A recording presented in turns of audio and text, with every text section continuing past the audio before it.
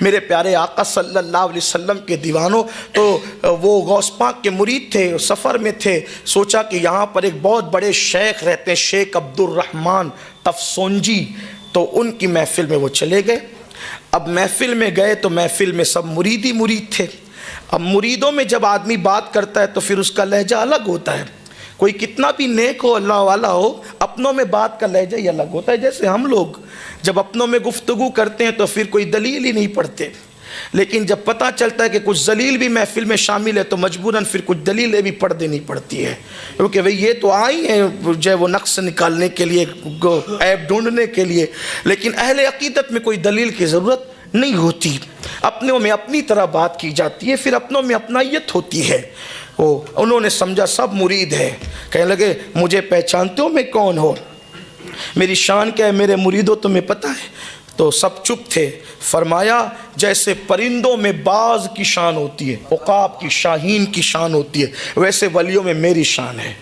اب تھوڑا سا میں آپ کا وقت لوں گا گفتگو آگے بڑھانے سے پہلے، کہ یہ جو باز ہوتا ہے نا، باز جس کو ایگل بھی آپ کہتے ہیں، شاہین بھی کہتے ہیں، عقاب بھی کہتے ہیں، یہ جو باز ہے یہ پرندوں کی دنیا کا سردار ہے۔ اسی لیے اقبال جیسے مفکر کی پوری شاعری اسی ایگل کے ارد گرد گھومتی ہے، اور اقبال جو ہے وہ جب بھی نوجوان مسلمانوں کو مخاطب کرتے ہیں تو عقاب اور شاہین کہہ کر کے مخاطب کرتے ہیں، اس لیے کہ یہ پرندوں کا بادشاہ، راجہ ہے پرندوں کا، اس کی خاص شان ہے۔ یوں تو اس کے اوصاف اگر پڑھوں تو پھر یہ باز پر ہی کوئی تقریر ہو، تو میں باز کی تقریر کرنے نہیں بیٹھا، میں باز اشہب کی بات کرنے بیٹھا ہوں۔ تو لیکن آپ کو یہ بتانا چاہتا ہوں کہ اس باز میں 3 خصوصیت ہوتی ہے جو اقبال نے اپنی قوم کے جوانوں کو کہا نا کہ تم باز ہو، باز، تم گیدڑ نہیں ہو، تم بلی کتے کی طرح نہیں ہو، تم باز ہو، پرندوں کی دنیا کے تاجدار ہے باز، شہنشاہ باز، تو تم بھی انسانی کائنات کے بادشاہ اور تاجدار ہو، اشرف المخلوقات ہو۔ باز کی 3 خصوصیت ہے۔ پہلی خصوصیت کہ وہ نیچے اڑنا پسند نہیں کرتا، وہ بہت اونچا اڑتا ہے، بہت اوپر اڑتا ہے باز، لیکن ایک خاص بات یہ ہے کہ اس سے اونچا کوئی اڑ نہیں پاتا، باز کی خاصیت یہ ہے، لیکن جتنا اوپر اڑتا ہے اس کی شکار پر نظر اتنی گہری ہوتی ہے، اتنی تیز نظر ہوتی ہے کہ بہت اوپر اڑ کے بھی وہ شکار کو زمین پہ دیکھ لیتا ہے، اور اس کے شکار کرنے کا انداز یہ ہے کہ وہ بیٹھتے اور چلتے شکار نہیں کرتا، وہ شکار بھی اڑتے اڑتے کرتا ہے۔ یہ بہت خاص بات ہے، باز کے اندر اس کی یہ بڑی اللہ کی قدرت ہے، جس کو جو چاہے عطا کرے۔ تو وہ اوپر اڑتا ہے، نگاہ نیچے رکھتا ہے، پہلی بات۔ دوسری بات، وہ اتنا باغیرت ہے باز کہ کبھی بچا کچا شکار نہیں کھاتا، یعنی اس نے کر دیا اس نے کر دیا تو پرندے درندے وہ مردار نہیں کھاتا، اس کو بھوک کتنی لگے بھوکا رہنا پسند ہے، لیکن کسی کا بچا کچا کھانا اس کو پسند نہیں ہے، وہ خود شکار کر کے کھاتا ہے۔ اقبال اپنے جوانوں کو پیغام دیتے، تم بھی عقاب ہو، بچا کچا کھانے کی عادت مت ڈالو، خود شکار کر کے کھایا کرو۔ باپ کے مال پہ کب تک کھاتے رہو گے؟ ذرا اپنی بھی دنیا بناؤ، ذرا اپنا بھی نشیمن بناؤ۔ آج کل تو نوجوانوں کا حال یہ ہے کہ باپ مالدار ہے تو باپ کے مال پر آنکھیں لال کرتے ہیں، گیم میں مصروف ہیں، یوٹیوب پر مصروف ہیں، فیس بک پر مصروف ہیں، کرکٹ میں مصروف ہیں، اور کہتے ہیں کام کیوں نہیں کرتے؟ بولے اپنے معیار کا کوئی کام نہیں ملتا۔ آپ کا معیار کیا ہے؟ جب رسول اللہ امام الانبیاء شام کے بازار میں کھڑے ہو کر کے جناب خدیجہ کی چیزیں بیچ سکتے ہیں تو کیا تم بازاروں میں کھڑے ہو کر کے اپنی چیز نہیں بیچ سکتے؟ یاد رکھو، آپ کا معیار کچھ بھی ہو، مصطفیٰ جان رحمت کے قدموں میں سب ہے، کوئی مصطفیٰ جان رحمت کے برابر نہیں ہے۔ اور شرم حلال کاروبار میں نہیں ہے، شرم تو چوری کرنے میں ہے، شرم تو حرام کھانے میں ہے، شرم تو ڈاکہ ڈالنے میں ہے۔ میرے نبی نے فرمایا جو ذلت کی جگہ حلال روزی کے لیے کھڑے ہوتا ہے اللہ اس کو عزت سے مالا مال فرما دیتا ہے۔ اس لیے لوگ کہتے ہیں میرا باپ وہ تھا، آپ کا باپ جو بھی تھا آپ کیا وہ بتائیں، مردار مت کھاؤ۔ میرے ابا ولی تھے، میرے دادا، آپ کیا ہو؟ میرے ابا پیر تھے، آپ کیا ہو؟ میرے ابا مالدار تھے، آپ کیا ہو؟ میرا باپ بادشاہ تھا، اس سے کام نہیں چلتا، آپ کیا ہو یہ بتاؤ۔ ورنہ بنی اسرائیل کے تو باپ دادا سب کے سب نبی تھے، مگر وہ ذلیل ہوئے۔ باپ دادا کے نیک ہونے سے صرف کام نہیں چلتا، آپ کتنے نیک ہو وہ بتاؤ۔ باپ دادا کے ایکٹیو ہونے سے کام نہیں چلتا. آپ کتنے ایکٹیو ہو بتاؤ, آپ کے اندر کیا صلاحیت ہے وہ بتاؤ.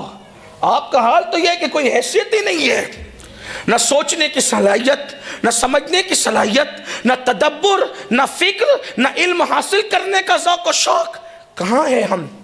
نہ مال کمانے کی فکر, کہاں گیا؟ اللہ کے رسول علیہ السلام نے فرمایا کہ غربت کبھی کبھی انسان کو کفر تک پہنچاتی ہے, اس لیے مال حاصل کر کے مضبوط بنو, لیکن نہیں بے روزگاری, بیکاری اور کھیل کود تماشوں میں مصروف ہے. یاد رکھنا, آپ سے کوئی یہ نہیں پوچھے گا کہ آپ کے ابا کیا تھے, لوگ آپ سے یہ پوچھیں گے کہ آپ کیا ہو. خدا کی عزت کی قسم, جب میں خاندان نبوت کو دیکھتا ہوں تو اس نتیجے پر پہنچتا ہوں کہ اگر ان کے ساتھ اتنا بڑا نام بھی نہ ہوتا تو بھی ان کے کردار ایسے تھے, وہاں لوگ پیشانی ضرور جھکاتے. سیدہ فاطمہ کے کردار کو دیکھ لو, آپ دیکھ لیں ان کا کردار. وہ بڑے باپ کی بیٹی ضرور ہیں, لیکن بفرض محال اگر وہ نام ان کے ساتھ نہ بھی ہوتا تو سیدہ کا تقویٰ وہ تھا کہ کم سے کم ان کے تقویٰ پر لوگ پیشانی ضرور جبین نیاز کرتے, جھکاتے. امام علی مقام کو دیکھیں, امام حسن مجتبیٰ کو دیکھیں, اسی طرح خاندان نبوت کو دیکھیں. امام جعفر صادق کا علم کتنا تھا کہ امام اعظم جیسا شخص وہاں جا کر کے خوشہ چینی کرتا نظر آتا ہے. تو آپ کو بڑا بننا پڑے گا. تو بات دور نہ نکلے, عرض کر رہا تھا کہ باز بچا کچا شکار نہیں کھاتا, اسی لیے بچے کچے پہ اکتفا کرنے کی عادت مت ڈالے. اقبال کہتے تم بھی باز ہو, وہ خود شکار کرتا ہے. تیسری بات جو خاص اس باز کی ہے وہ یہ ہے کہ وہ کبھی گھونسلہ نہیں بناتا. سردی ہو, گرمی ہو, بارش ہو, بغیر گھونسلے کے زندگی گزارتا ہے, چٹانوں پر, پہاڑوں پر, صحراؤں میں, جنگلوں میں. اسی لیے اقبال کہتے ہیں نہیں تیرا نشیون قصر سلطانی کے گنبد پر, تو شاہی ہے بسیرا کر پہاڑوں کی چٹانوں میں. اور عقابی روح جب بیدار ہوتی ہے جوانوں میں, نظر آتی ہے ان کو اپنی منزل آسمانوں میں. تو شیخ عبد الرحمن نے کہا میں باز ہوں, ولیوں کی دنیا کا باز, مطلب کہہ دیا کہ سردار ہوں. سب اپنے ہی تھے, لیکن اپنوں کے بیچ میں ایک قادری بھی بیٹھا ہوا تھا. وہ اٹھ کے کھڑے ہو گئے, لیکن بات کرنے کا لہجہ بھی اچھا ہونا تھا. وہ اٹھ کے کھڑے ہوئے, جو چادر اوڑی ہوئی تھی چادر, وہ چادر پھینک دی اور فرمایا آپ باز ہونا ولیوں کی دنیا کے, آؤ میرے ساتھ کشتی کرو, مقابلہ کرو, لڑو, چلو آؤ. اب میں تقریر کر رہا ہوں, کوئی بیچ سے کھڑے ہو کر کے کہا کہ میرے ساتھ لڑو, مجمع اس کا حال کیا کرے گا آپ جان سکتے ہیں. سب اپنی لوگ ہیں, تیری ہمت کیسے ہوئی ہیں ہمارے سے یہ صاحب کو ٹوکنے کی, روکنے کی. لیکن یہ بڑی کم ہمتی کی بات ہے. اعلیٰ ظرف لوگوں کا ظرف بڑا اعلیٰ ہوتا ہے.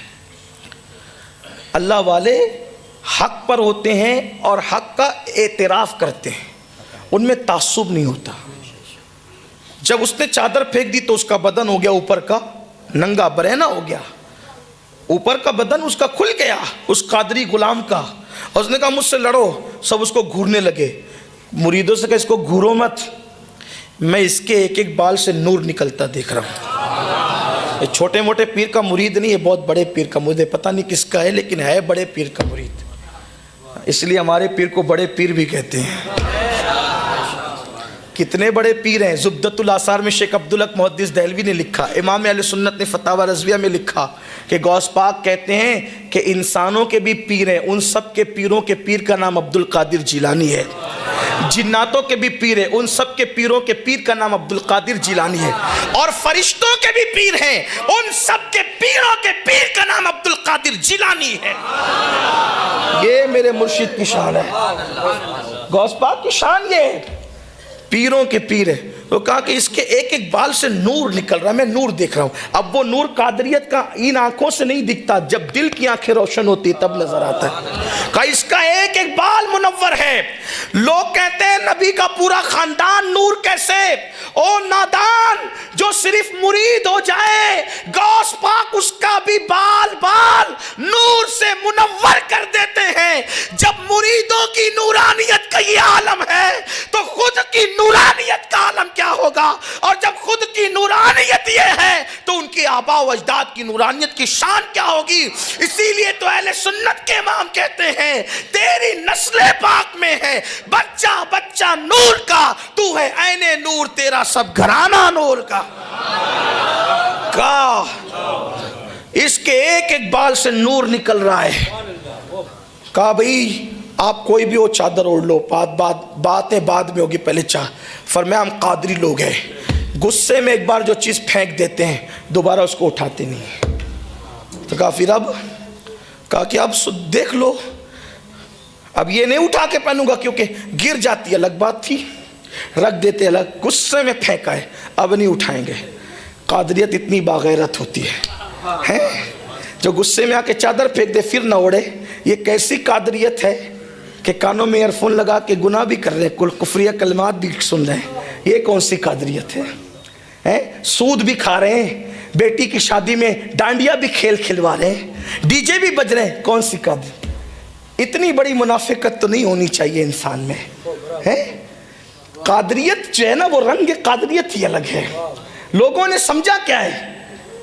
رسومات رسومات اور رسومات، حقیقت کی طرف آؤ، دنیا کے حالات چٹکیوں میں بدلیں گے، اس لیے کہ بادشاہوں کو مقرر کرنا بھی ان کے اشارے پر ہے اور ہٹا دینا بھی ان کے اشارے پر ہے، لیکن کوئی ان کا ہو کر تو دیکھے۔ اللہ اکبر، اس لیے کہا گیا ہوا میں اڑنے والے یوں نہ اترائے ندا کر دے، وہ جب چاہے جسے چاہے اسے فرما روا کر دے۔ دنیا بھر میں اہل سنت میں عشق رسول کے حوالے سے انقلاب بپا کیا ہے۔ بے نمازیوں کو ذوق نماز، داڑیوں سے بیزار لوگوں کے چہروں پہ داڑیاں، ماں باپ کے باغی کو ماں باپ کا وفادار جس کی خطابت نے بنایا ہے وہ خطیب ہمارے درمیان ہے، اور حضرت سے آپ جلد سنیں گے انشاءاللہ۔ ایک بار درود شریف پڑھیں تو گفتگو آگے بڑھے۔ رب صلی وسلم دائما ابدا علی حبیبک خیر الخلق کلہم۔ حالات یوں ہی بدلے، کوئی قادری بنے تو کہا گیا کہ ہوا میں اڑنے والے یوں نہ اترائیں ندا کر دے، وہ جب چاہیں جسے چاہیں اسے فرما روا کر دے، اور جہاں میں ان کی چلتی ہے وہ دم میں کیا سے کیا کر دے، زمین کو آسماں کر دے، سریا کو سرا کر دے۔ کوئی قادری بنے، بڑی شان ہے غوث پاک کی، تو انہوں نے کہا کہ ہم اوڑیں گے نہیں یہ چادر، پھینک جو دیے غصے میں آ کے۔ کہا پھر کیا ہوگا؟ انہوں نے وہیں کھڑے کھڑے اپنی بیوی کو آواز لگائی، ذرا میری چادر دینا۔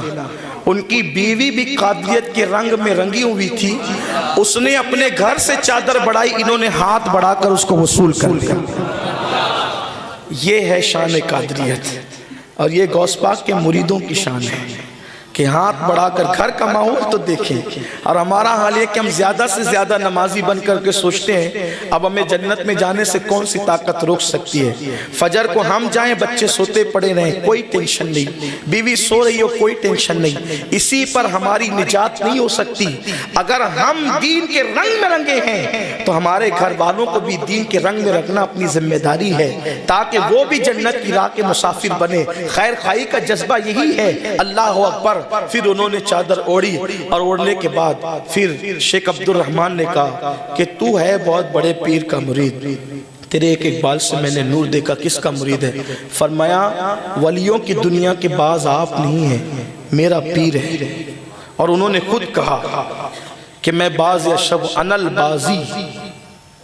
البازی و اشب کل شیخن، میں سارے ولیوں میں باز کی حیثیت رکھتا ہوں، میرے پیر باز اشب ہے، باز میرے پیر ولیوں کی دنیا کے۔ فرمایا کون نا، کیا نام ہے؟ کہ عبد القادر جیلانی۔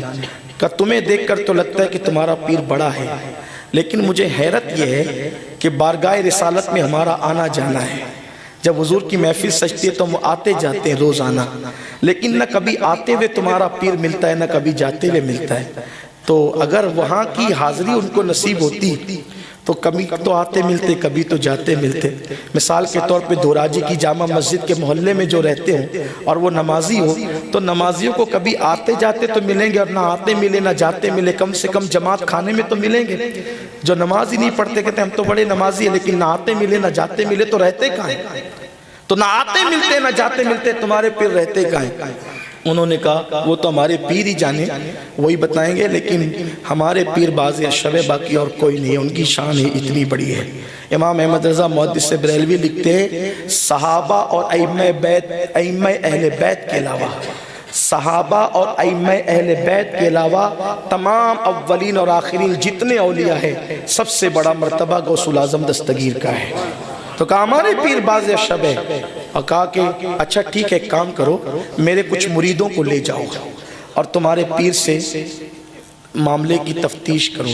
مریدوں کو کہا بھئی میرا سلام کہنا شیخ عبد القادر جیلانی کو، اور کہنا نہ کبھی آپ آتے ملے نہ کبھی جاتے ملے۔ ادھر یہاں وصیت ہو رہی تھی، غوث پاک نے اپنے مریدوں سے کہا اس سے پہلے کہ تفسونج والے ادھر کا رخ کریں، محفل ختم ہونے سے پہلے تم وہاں جاؤ اور جا کر عبد الرحمن تفسونجی کو میرا سلام کہنا، اور اس سے کہنا کہ تم کہتے ہو کہ نہ آتے ملے نہ جاتے ملے، ان سے یہ کہنا کہ ایک دن تم کو ایک خلعت عطا ہوئی تھی بارگاہ رسالت سے، ایک خلعت عطا ہوئی تھی بارگاہ رسالت سے، اس پہ قل اللہ لکھی ہوئی تھی، اور وہ کسی گورے گورے خوبصورت ہاتھوں نے تمہیں پہنایا تھا۔ وہ کس نے دی تھی وہ بتائیں گے کہ انہیں نہیں پتا۔ ادھر یہ باتیں ہو رہی تھی، اتنے میں وہ سارے قادری یہاں پہنچے، سلام کیا اور کہا ہمارے مرشد آپ کو سلام کہتے ہیں، اور کہتے ہیں کہ یہ بتاؤ کہ وہ جو خلعت آپ کو نصیب ہوئی تھی بارگاہ رسالت سے، وہ جو خوبصورت گورے گورے ہاتھ تھے وہ کس نے پہنایا تھا؟ کہا مجھے نہیں پتا کس نے پہنایا تھا، ہاتھ نظر آئے تھے، ذات نظر نہیں آئی تھی۔ تو ان مریدوں نے غوث پاک کے حکم سے کہا وہ کوئی اور نہیں تھا، وہ ہمارے پیر عبد القادر جیلانی تھے، جن کے ہاتھوں آپ کو خلعت پہننا نصیب ہوئی تھی۔ اور ہمارے پیر نے کہا ہے کہ آپ کہتے ہیں کہ نہ آتے دکھتے ہیں نہ جاتے دکھتے ہیں، آتے جاتے وہ ملتے ہیں جو آتا جاتا ہے، ہم تو وہیں رہتے ہیں جو گھر میں رہتا ہے، در والے اس کو کیسے دیکھ سکتے ہیں؟ جو گھر میں رہتے ہیں در والے اس کو کیسے دیکھ سکتے ہیں؟ ہمارا مقام گھر ہے اور تمہارا مقام در ہے۔ اور پھر غوث پاک کہتے ہیں عبد الرحمن تفسونجی سے بتا دینا نہ آنا جانا تمہارے پاس ہے، ہمارے پاس نہیں ہے، ہمیں جو مقام ملا ہے وہ مخدا مقام ہے، مخدا مقام کہ تمام اولین اور آخرین اولیاء میں مخدا مقام کسی کو نہیں ملا، وہ مقام صرف عبد القادر جیلانی کو ملا ہے۔ آٹھوں پہر وہاں جلوہ یار میں گم ہے، لیکن قربان اب یہ مخدا مقام ملا کیسے؟ اگر ہم غوث پاک سے پوچھے کہ آپ کی شان اللہ حبیبی کا خیر الخلق کلہم، الحمدللہ دیکھیے استاذ العلماء اور ہماری جماعت کی ایک معتبر ہستی علمی دنیا میں جن کا بہت بڑا نام ہے، اور ان کا ہی نام نہیں بلکہ ان کے پورے خاندان کا نام ہے حضور شعیب الاولیاء کا، اور فیض رسول جو براؤں شریف میں وہ پورے ادارے کا نام ہے، تو وہ ہستی ہمارے درمیان تشریف لا چکی۔ بس دو جملے بول کے بات ختم کرتا ہوں۔ غوث پاک کہتے ہیں مجھے مخدا مقام ملا ہے۔ اب یہ مخدا مقام ملا کیسے؟ آپ اپنے قصیدہ غوثیہ میں اس کا راز اس سے پردہ اٹھا کر فرماتے ہیں انا الحسنی والمخدا مقامی، کہ میں حسن کا بیٹا ہوں، اللہ تبارک و تعالیٰ نے مجھے مخدا مقام عطا فرمایا ہے۔ آپ مجھے بتائیں حسن کا بیٹا ہونے پر جسے مخدا مقام ملتا ہے، جب حسن کے بیٹے کی یہ شان ہے تو حسن مجتبیٰ کی شان کا عالم کیا ہوگا، اور ان کے بابا اور ان کی امی سیدہ فاطمہ اور مولا علی کی شان کیا ہوگی، اور ان کی یہ شانیں ہیں تو مصطفیٰ جان رحمت کی شان کیا ہوگی۔ اسی لئے میرے امام کہتے جو تیرا طفل ہے کامل ہے یا غوث، تو فیلی کا لقب واصل ہے یا غوث، اور ہزاروں تابعی سے تو فضوتر، یہ طبقہ مجملاً فاضل ہے یا غوث، اور وہ کیا جانے گا فضل مرتضیٰ کو جو تیرے فضل سے عاطل ہے یا غوث، اور رضا کا خاتمہ بالخیر ہوگا تیری رحمت اگر شامل ہے یا غوث۔ تصوف تیرے مکتب کا سبق ہے جو تیرا ذاکر جو ہے شاغل ہے یا غوث۔ اللہ کی بارگاہ میں دعا ہے اللہ یہ چند ٹوٹے پھوٹے جملوں کو بارگاہ غوثیت مآب میں قبول فرمائے اور ہم سب کے لیے نجات کی راہیں پیدا فرمائے۔